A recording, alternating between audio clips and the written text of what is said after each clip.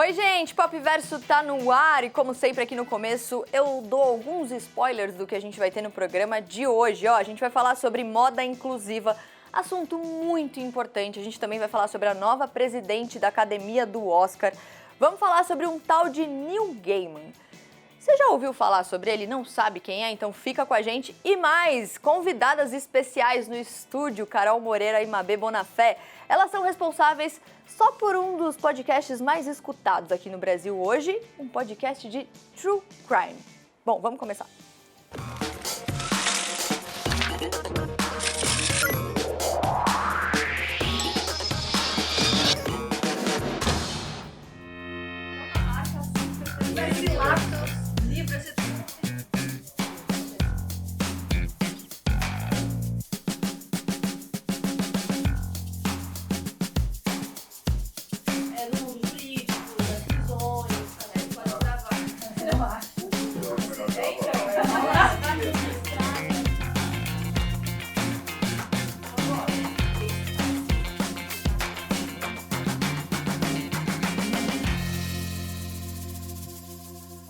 Vamos começar o programa então falando sobre esse tal de True Crime, que são as histórias de crimes reais. E antes de a gente começar a nossa conversa, só um dado aqui para colocar uma informação.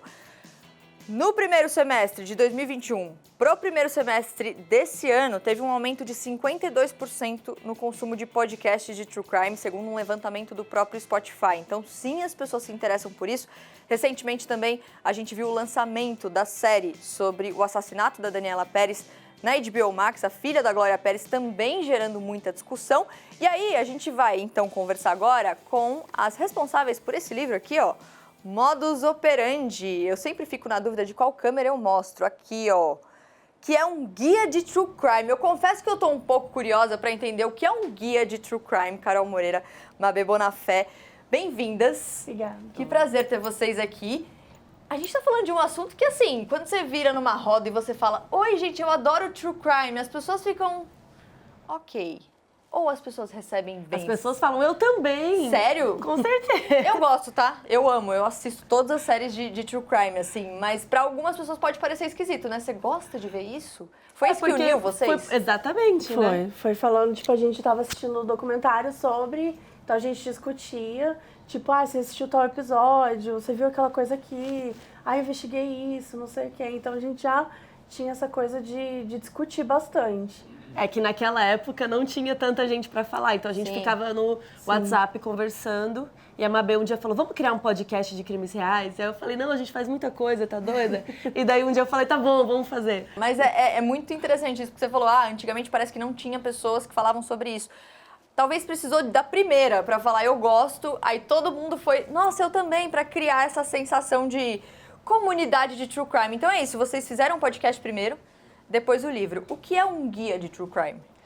O guia, a gente pensou em fazer, tipo, se você gosta de True Crime, você assistiu lá o doc da Daniela Pérez, ou você assistiu alguma coisa lá na Netflix, e você tem umas palavras difíceis, sabe, o que o crime prescreveu. A gente explica tudo no livro, como funcionam as coisas do mundo jurídico, das prisões, da investigação, né, do perfil de criminoso, serial killer. Então a gente passa por todo o processo para você que gosta de crimes reais conseguir identificar as coisas. E a gente toma esse cuidado, porque ela fala assim, você gosta de True Crime. Não é que a gente gosta dos crimes, não. Inclusive, a gente condena pra caramba no podcast. Mas a gente fala sobre eles, sobre as nuances que envolvem os crimes. Vocês estão falando sobre isso de um jeito tão legal e tão consciente, mas existe também uma responsabilidade muito grande de falar sobre essas histórias, né? Porque precisa de uma apuração, precisa de responsabilidade com os envolvidos na história, com quem vai ouvir. Como que é a construção dos episódios do podcast? Esse é o grande problema, né? A gente gosta de falar que a gente nunca tá falando de um caso que acabou de acontecer. Então, aconteceu um crime faz 2 horas, as pessoas fazem um episódio sobre isso. Não vai fazer, não vai acontecer. As pessoas pedem pra vocês? Pedem.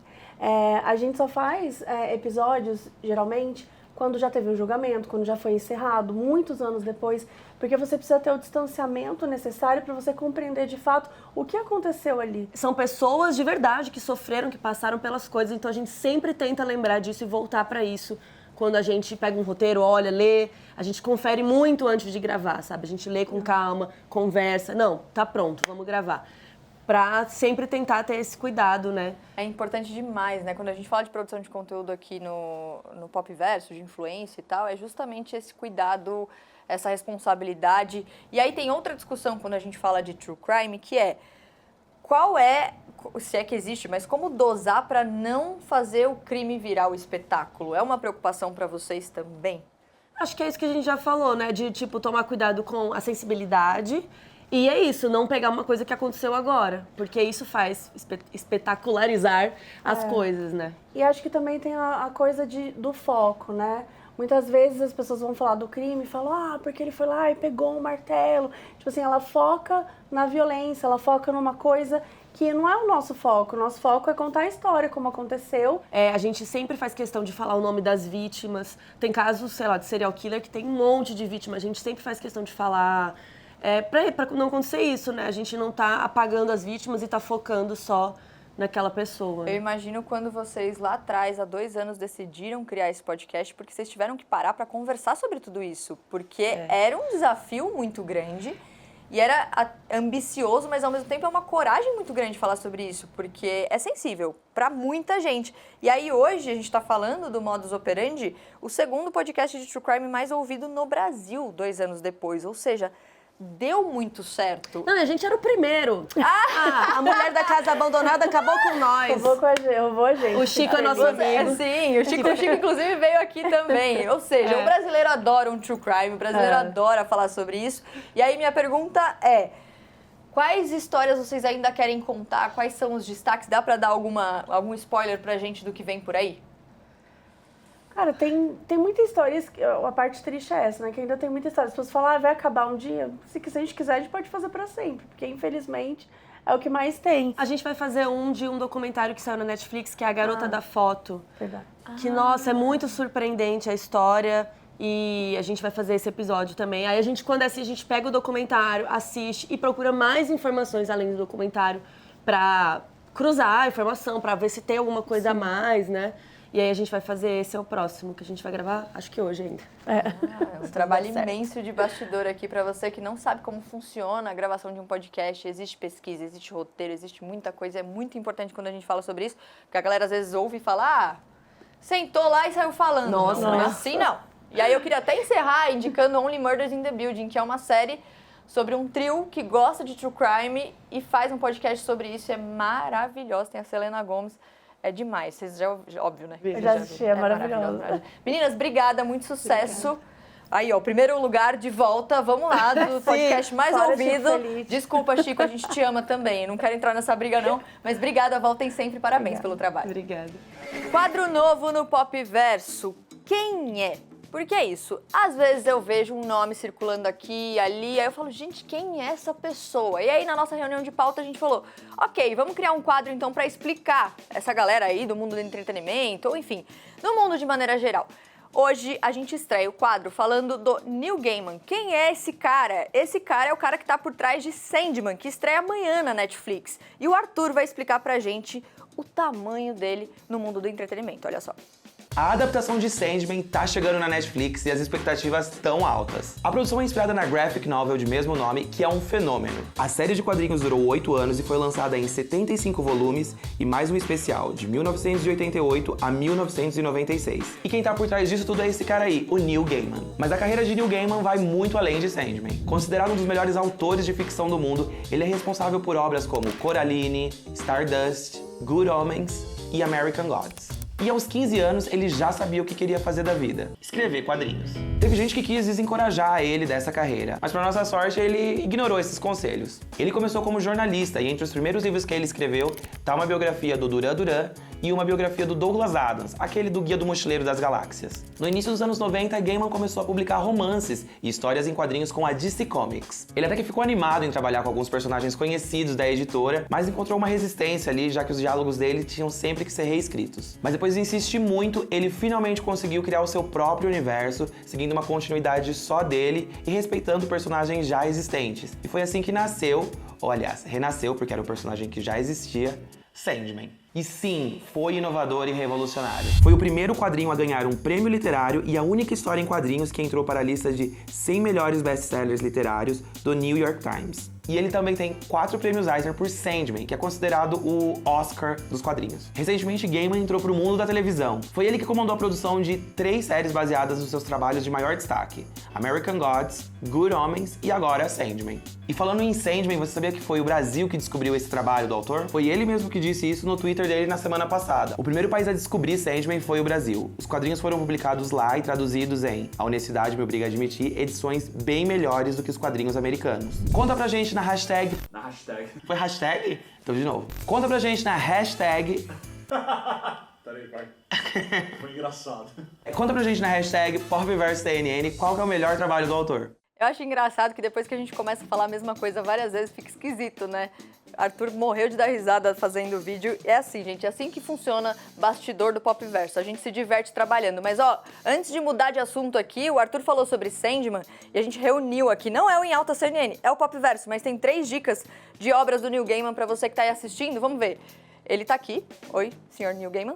Tem o Sandman, que, como o Arthur disse, ganha amanhã série na Netflix. Além disso, lembrando, é importante dizer que Sandman não foi criado pelo Neil Gaiman, já veio embrulhado de presente, assim, pela DC. Ele foi lá e fez a reconstrução, digamos assim, do personagem com as inspirações místicas dele. Além disso, tem, vamos ver, Good Omens, que é uma comédia fantástica sobre o fim do mundo que foi lançada nos anos 90. Um anjo e um demônio se unem para tentar encontrar o anticristo e evitar o apocalipse ao lado de bruxas e várias criaturas fantásticas. Em 2019, o Prime Video lançou uma série inspirada no livro. Vai ter segunda temporada, ainda sem data de estreia. E a última dica aqui... Deuses Americanos, American Gods, que também tem série no Prime Video. Eu comecei a assistir e vou te falar que, assim, é uma grande brisa, mas é interessante. Por quê? É a história de um cara que saiu da prisão, e aí ele perde a mulher dele, e aí ele, enfim, conhece um cara, e aí ele descobre que tem deuses em formato de gente no mundo. E é uma série que discute vários assuntos, mas você tem que prestar atenção, porque ela é meio viadinha, assim, mas é interessante.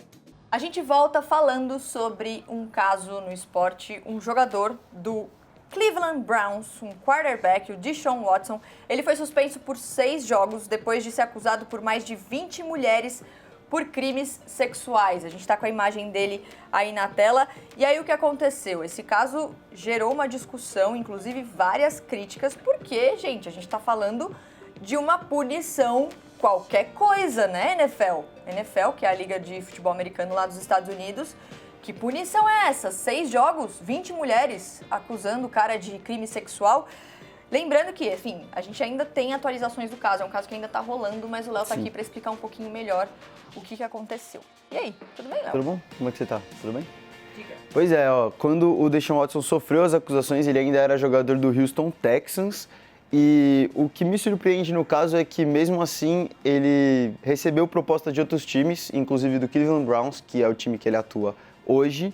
E uma dessas propostas, a proposta oficial do Cleveland Browns, no caso, tornou ele um jogador bem pago, assim, porque quando a gente analisa a média anual do que ele vai ganhar, ele tem garantido 230 milhões de dólares, o que é um absurdo quando a gente avalia que ele tinha acabado de ser acusado por crimes sexuais e mesmo assim recebeu proposta para jogar em outro time. Ou seja, não é só a punição qualquer coisa, também é uma oportunidade que ele ganhou depois disso. Pois é, os Texans acabaram colocando ele meio que na geladeira logo que isso aconteceu, e aí ele ficou meio incomodado com a situação porque ele queria jogar e pediu uma troca que acabou acontecendo, né? Ele vai jogar pelo Cleveland Browns em algum momento. E aí, Léo, a gente ficou de olho aqui no que aconteceu na internet, na repercussão disso. A maioria dos protestos trouxeram a lembrança de outro caso, Sim. né? O Calvin Ridley, que é um jogador do Atlanta Falcons, que está suspenso da temporada toda porque ele fez apostas enquanto estava afastado para cuidar da saúde mental.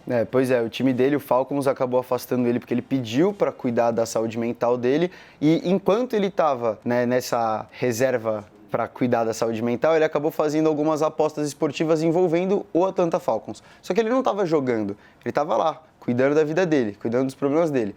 E mesmo assim a liga acabou suspendendo ele em uma suspensão que aí foi muito maior que a do Deshaun Watson. Ou seja, a temporada toda... 2022 e 2023. o cara fez apostas enquanto estava afastado para cuidar da saúde mental. 6 jogos, 20 mulheres acusando de crime sexual. Pois é, e na época o comissário da NFL ainda, o Roger Goodell, ele afirmou, abre aspas, que nada era mais fundamental para a liga do que defender a integridade do jogo. Ah, sim. Aí fica meio chato, né? Ô, Léo, a gente está falando dos Estados Unidos, da NFL, mas infelizmente a gente tem números também de casos parecidos aqui no Brasil, né? Pois é, são dados obtidos pela Folha, inclusive, que de 2018 até 2021, só no estado de São Paulo, cerca de 240 boletins de ocorrência foram feitos com base em relatos de mulheres que afirmaram ter sofrido violência doméstica e crimes sexuais por atletas ou ex-atletas. E a gente sabe que essa história é complicada justamente por conta disso. Esses atletas que às vezes estão nos holofotes, eles acabam não sofrendo a punição adequada ou uma punição que muitas vezes pode ser branda. E uma pessoa que está ali, que serve de exemplo para muita gente, não pode acontecer isso com ela. Ela tem que ser punida da maneira adequada. Lembrando que a gente está falando de cenários completamente diferentes. Estados Unidos, Brasil, leis e punições diferentes, contextos diferentes, mas a importância dessa discussão é a mesma. A impunidade não pode ser o destaque nesse sentido. Léo, obrigada. Volte sempre, espero que para falar de esportes, mas sobre coisas assuntos positivas. mais felizes, né? Exato. Vamos falar de moda, mas de moda inclusiva. Acabou de chegar aqui no Brasil a linha inclusiva da Tommy Hilfiger, que é uma marca super conhecida, super consolidada já no mundo inteiro. A Tommy Adaptive, a gente está com imagens aí na tela, é uma linha inclusiva e é muito importante isso, porque a gente está falando de uma marca que é referência na categoria moda adaptável entre as grandes marcas do mercado. Essa linha foi lançada em 2016, agora chegando no Brasil, já tem roupas online que dá para comprar. Um dos pilares que a marca cita é que a estética precisa estar presente na linha, não é para ter uma diferença visual entre a linha tradicional e a linha inclusiva. O Tommy Hilfiger, inclusive, pai de 3 filhos no espectro autista, disse numa entrevista à Vogue que tem como conhecimento de causa de, abre aspas, como é difícil para algumas pessoas com deficiência se vestirem. E quando a gente fala de pessoas com deficiência aqui no Brasil, segundo a Pesquisa Nacional de Saúde do IBGE de 2019, 17 milhões de pessoas com deficiência aqui no país. Bom, vamos discutir então moda inclusiva com a Michelle Simões. Ela é designer de futuros anticapacitistas, tem uma plataforma também que desenvolve jornadas inclusivas e já está conectada com a gente. Michelle, que prazer ter você aqui. A gente está falando sobre uma linha da Tommy Hill e essa discussão ainda é muito recente, digamos assim, ou já tem outras marcas fazendo isso também? Bom, Mari, obrigada pelo convite, é um prazer estar com vocês aqui hoje. E falando um pouco sobre moda inclusiva, a gente está falando de um mercado que é, sim, um mercado embrionário. A gente tem, sim, esse cenário acontecendo já há alguns anos, mas quando o assunto é deficiência, a gente fala de um lugar um pouco mais lento, né, onde as coisas vão acontecendo num ritmo diferente. Eu acho que hoje o mercado de moda inclusiva, ele está, sim, mais predominante, ele está tendo agora os seus primeiros passos mais significativos, principalmente com marcas como a Tommy tomando essa frente, mas a gente tem aí um caminho grande para percorrer ainda.